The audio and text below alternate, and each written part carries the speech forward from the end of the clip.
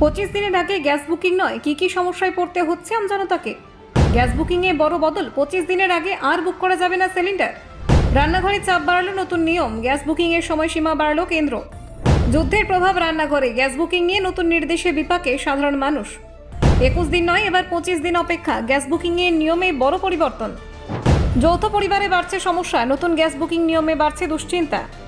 Booking করলেও gas পেতে দেরি, নতুন নিয়মে বাড়ছে গ্রাহকদের ভোগান্তি। কালোবাজারি ঠেকাতেই কড়া পদক্ষেপ, কিন্তু সমস্যায় পড়ছেন গ্রাহকরা। গ্যাস শেষ কিন্তু বুক করা যাবে না, নতুন নিয়মে বিপাকে বহু পরিবার। দেখুন, পশ্চিম এশিয়ায় চলতে থাকা যুদ্ধ পরিস্থিতির প্রভাব এখন ধীরে ধীরে সাধারণ মানুষের দৈনন্দিন জীবনে পড়তে শুরু করেছে। আন্তর্জাতিক জ্বালানি বাজারে অস্থিরতার কারণে গ্যাস ও জ্বালানির দাম বাড়ছে, যার সরাসরি প্রভাব পড়ছে মানুষের রান্নাঘরে। বিশেষ করে এলপিজি গ্যাসের বুকিং এবং সরবরাহ নিয়ে নতুন সমস্যার মুখে পড়েছেন বহু গ্রাহক। সম্প্রতি কেন্দ্রীয় সরকার গ্যাস বুকিংয়ের ক্ষেত্রে নতুন একটি নিয়ম চালু করেছে। সেই নিয়ম অনুযায়ী একটি সিলিন্ডার বুক করার পর গ্রাহকরা আরেকটি সিলিন্ডার বুক করতে পারবেন কমপক্ষে 25 দিন পরে। আগেই সময়সীমা ছিল 21 দিন, কিন্তু এখন তা বাড়িয়ে 25 দিন করা হয়েছে।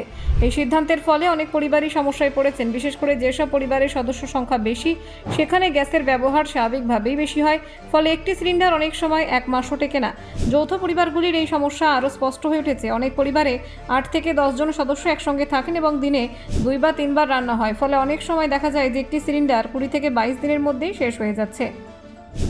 এই পরিস্থিতিতে আগে নিয়ম অনুযায়ী গ্রাহকরা 21 দিনের মাথায় আবার গ্যাস বুক করতে পারতেন, কিন্তু এখন সেই সময়সীমা 25 দিন হওয়ায় তাদের আরও কয়েকদিন অপেক্ষা করতে হচ্ছে, যা রান্নার ক্ষেত্রে বড় সমস্যা সৃষ্টি করছে। শুধু বড় পরিবার নয়, ছোট পরিবারগুলিও এই সমস্যার মুখোমুখি হচ্ছে। ধরুন, কোনো পরিবারে একটি সিলিন্ডার 30 দিন পর্যন্ত চলতে পারে।